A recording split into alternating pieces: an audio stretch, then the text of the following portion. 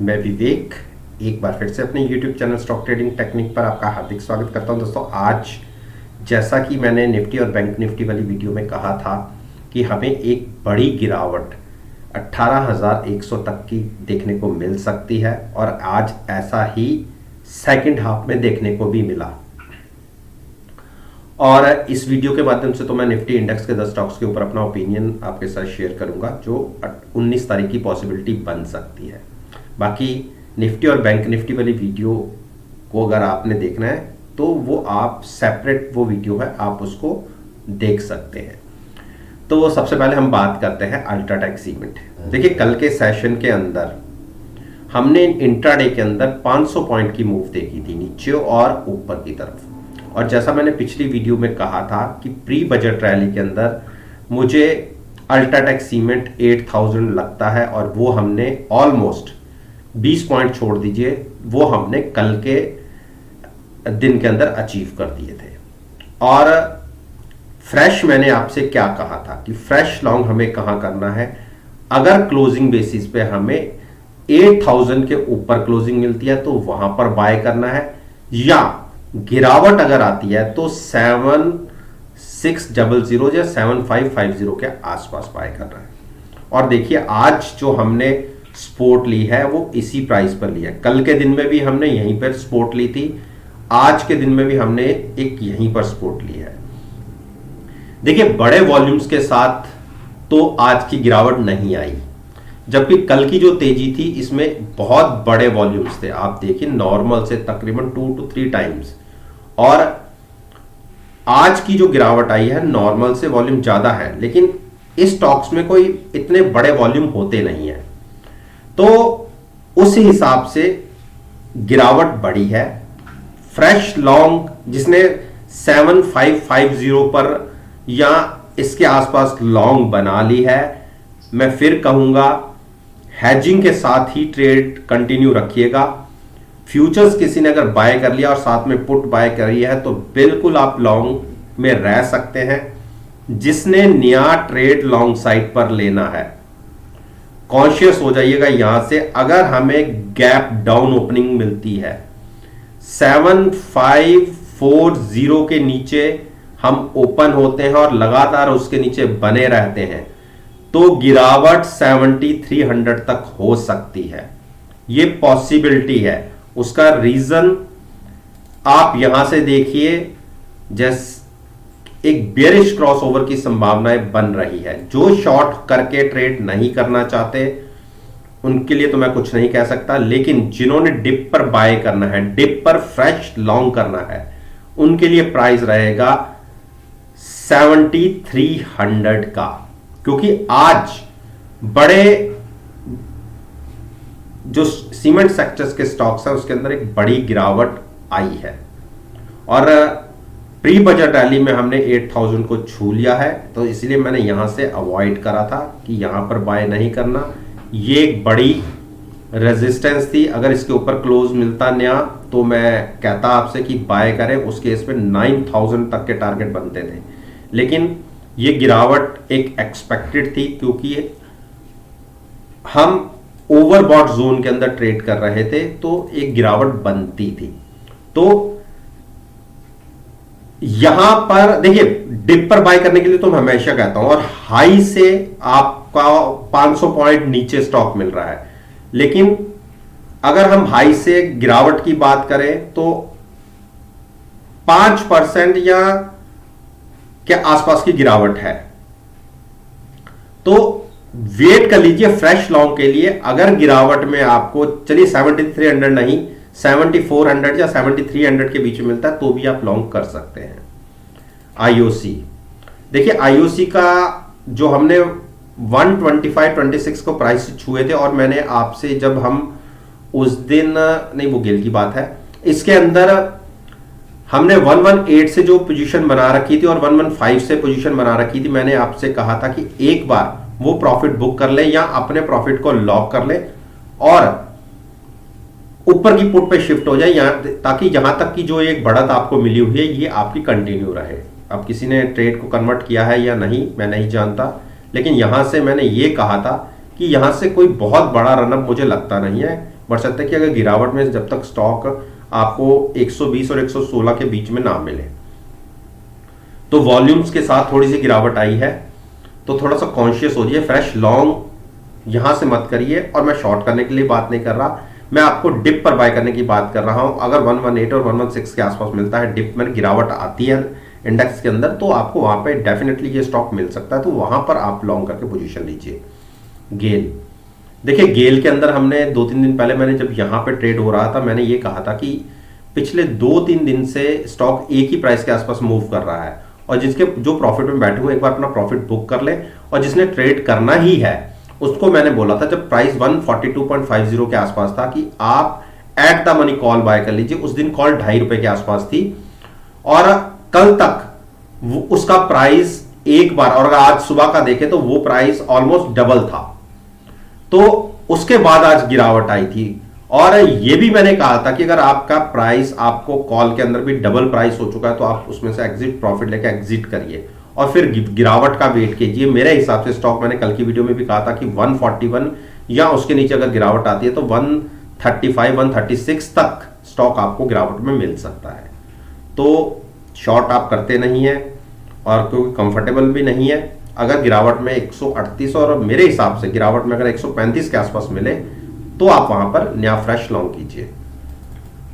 Tata Motors, देखिए Tata Motors ने ऊपर के लेवल से एक बड़ी गिरावट दिखाई, और मैंने कल की वीडियो लगा लीजिए, मैंने क्या कहा था आपको, 500 के नीचे, 505 के नीचे या 490 के बीच में मिलता है तो वहां लॉन्ग कीजिए। देखिए 505 का प्राइस तो आ गया, और लेकिन अभी इसने बड़ी सपोर्ट ब्रेक की नहीं है, तो इसलिए मैं शॉर्ट करने की बात नहीं करूंगा। आज एक न्यूज आई है कि इन्होंने 1% के आसपास अपने व्हीकल्स, जो पैसेंजर व्हीकल्स हैं, उनके प्राइस बढ़ाए हैं।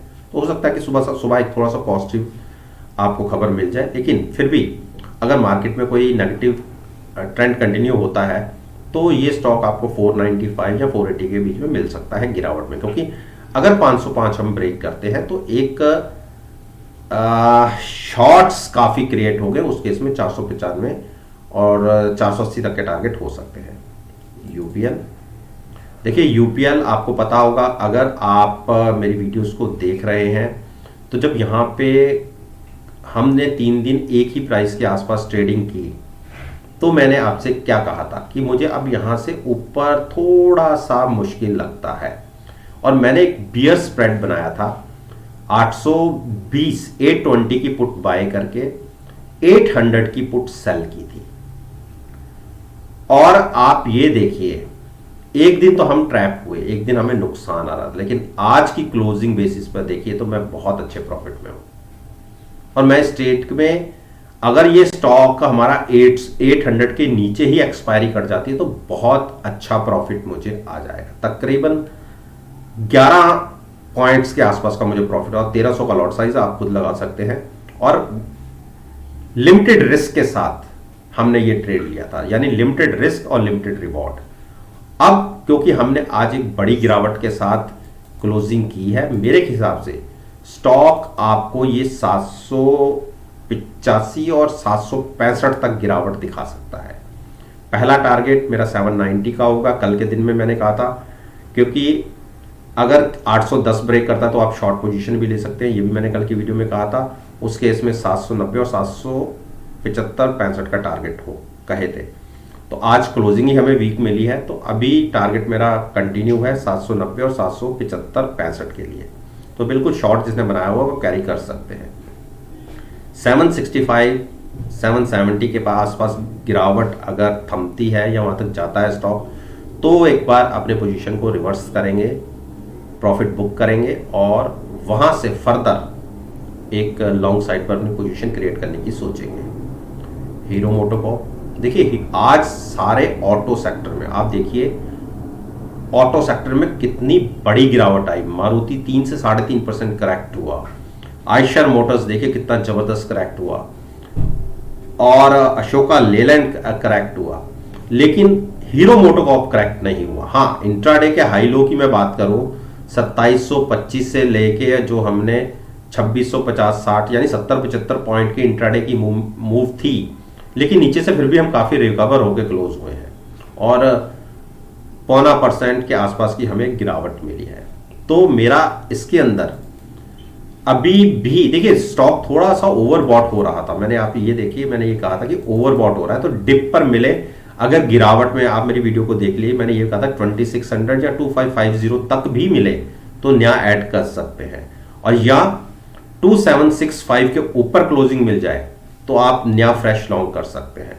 लगता नहीं है मुझे ये स्टॉक 2550 ब्रेक करेगा, तो इसलिए शॉर्ट करने की गलती मत कीजिएगा, चाहे स्टॉक या मार्केट नेगेटिव साइड पे ही रिएक्ट करे, इसको शॉर्ट मत करिएगा, क्योंकि अब फिलहाल ये शॉर्ट का कैंडिडेट नहीं है। टाइटन, देखिए टाइटन के अंदर हमने एक शॉर्ट पोजीशन बनाई हुई थी, और आज जब ये अपने सपोर्ट के आसपास आया, आपको पता होगा मेरी एक शॉर्ट पोजीशन थी, और मैं वेट कर रहा था कि एक बार ये जो बड़ी सपोर्ट थी ये ब्रेक हो जाए, जबकि आज हमें एक बार ये रिवर्स में पॉजिटिव साइड पर ट्रेड हो रहा था, लेकिन जैसे ही ये अपनी सपोर्ट के आसपास आया मैं एक बार अपना प्रॉफिट लेके एग्जिट हो गया, क्योंकि कल भी इसने इसी सपोर्ट से एक जंप दिखाया था, आज भी देखिए उसके आसपास ही क्लोज हुआ, उसको तोड़ के क्लोज नहीं हुआ, तो इसलिए मैंने अपनी शॉर्ट पोजीशन एग्जिट कर ली है। लेकिन फिर भी अगर मार्केट में गिरावट आती भी है, अब इसमें मैं शॉर्ट प्ले नहीं करूंगा। गिरावट में स्टॉक अगर 2540 या 2450 के आसपास मिलता है तो वहां से लॉन्ग करने की पोजीशन कोशिश करूंगा। और आप देखिए वॉल्यूम्स नॉर्मल से भी आते हैं, तो जब तक वॉल्यूम्स बड़े ना हो तब तक मजा नहीं आता ट्रेड करने का। आप देखिए एक बेरिश क्रॉसओवर बन चुका है, जबकि स्टॉक यहां से गिर सकता है, लेकिन मैंने अपनी शॉर्ट पोजीशन से एग्जिट ले ली है। मैं एंट्री 2450 के आसपास गिरावट में मिलेगी तो करूंगा, यहां से भी तकरीबन 150 पॉइंट नीचे। टीसीएस, देखिए आज आईटी सेक्टर ने गिरावट दिखाई, लेकिन उतनी बड़ी गिरावट नहीं है जितने की ऑटो सेक्टर के अंदर आई, और ऊपर से स्टॉक 4040 से तकरीबन 50-60 पॉइंट नीचे तक गया, लेकिन शॉर्ट का कैंडिडेट नहीं है। देखिए ओवरबॉट हो चुका था, करेक्शन बनती थी। मेरे हिसाब से गिरावट में जहां तो 3900 या 3850 के आसपास में गिरावट में मिले तो लीजिए, लेकिन पॉसिबिलिटी काफी कम है। मारुति, देखिए मारुति को अगर आप मेरे को फॉलो करते आ रहे हैं, मेरी 4-5 दिन की किसी ने भी पीछे की वीडियो देखी है तो आपको पता होगा मैंने 8250 पर शॉर्ट पोजीशन बनाई थी कॉल बाय करके, और कल के दिन में हम उसके अंदर ट्रैप हो गए थे, यानी स्टॉक ने 8400 तक के टारगेट अचीव कर दिए थे।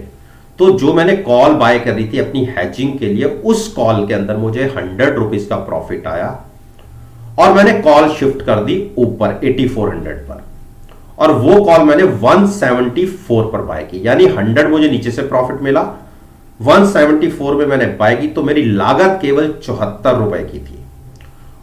कल तक नुकसान था नो डाउट, लेकिन आज की जो ये गिरावट आई है,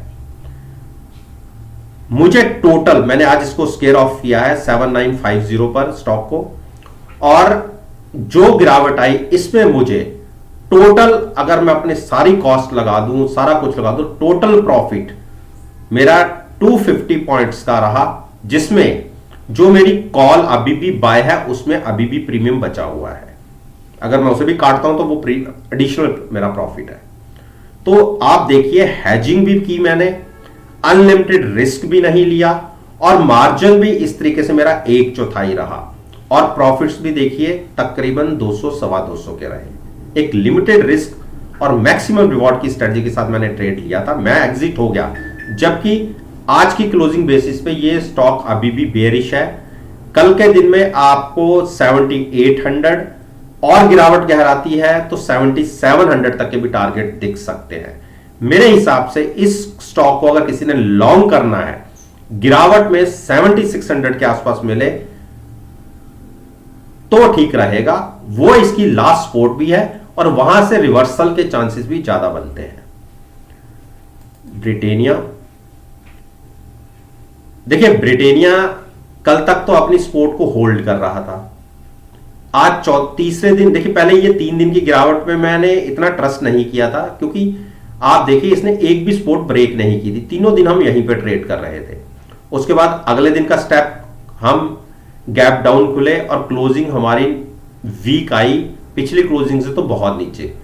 आज हम फ्लैट खुले, थोड़ा सा पॉजिटिव हुए, लेकिन आज की क्लोजिंग भी पिछली क्लोजिंग से बहुत नीचे। और एक बार जो मैं बार बार बातें कर रहा था, 3600 का प्राइस नीचे दिख सकता है। हमने सोचना है कि हमने 3600 पर बाय करना है या उसके नीचे, ये मैंने अपनी पिछली वीडियो में कहा था। अब हम आज 3630 के आसपास के 15 के आसपास के हमने लो लगा दिए हैं।